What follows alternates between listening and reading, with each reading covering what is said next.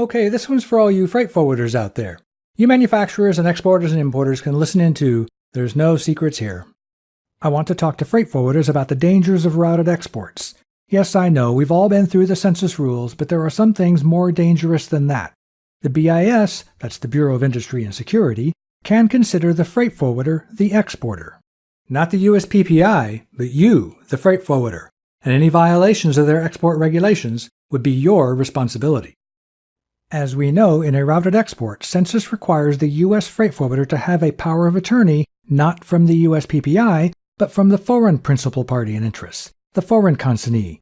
That means you are working for them.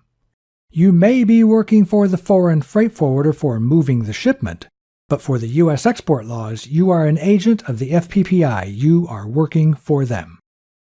Determining the BIS export controls on something and whether or not it needs an export license revolves around four basic questions: what it is, the export control classification number; where it's going, the destination country; who's receiving it, restricted parties; and how it will be used, restricted end uses.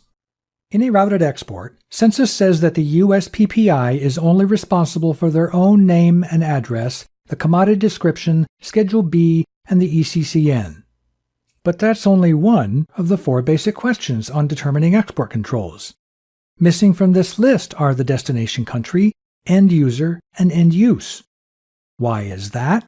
Why wouldn't the USPPI have to tell you that information? Because those are determined by the foreign consignee through that routing order. All the USPPI has to do is tell you what it is. And technically, they don't even have to tell you the ECCN. Just provide you with enough information for someone else to decide. And just who do you think that is? Furthermore, since you are working for the FPPI, they can tell you to ship to an alternate destination, to an alternate end user.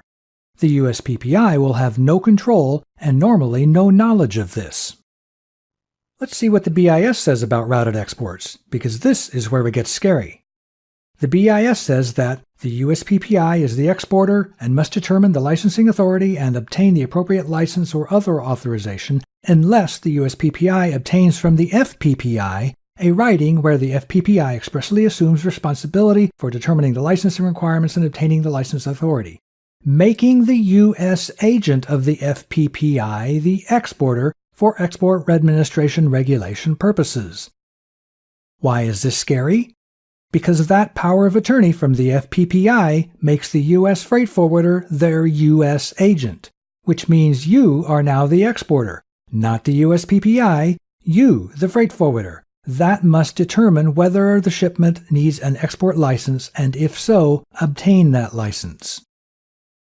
Now, while census penalties start at $10,000, BIS penalties begin at $250,000. Here are a few recent settlement amounts. DHL's covered a total of 98 individual violations. So as the freight forwarder in a routed export shipment, you must determine whether or not the shipment needs an export license. I can help you with that. And if it does need a license, you have to decide whether or not you're going to file for that license, presumably in your name, with all the accompanying documentation and reporting requirements, something I do not recommend.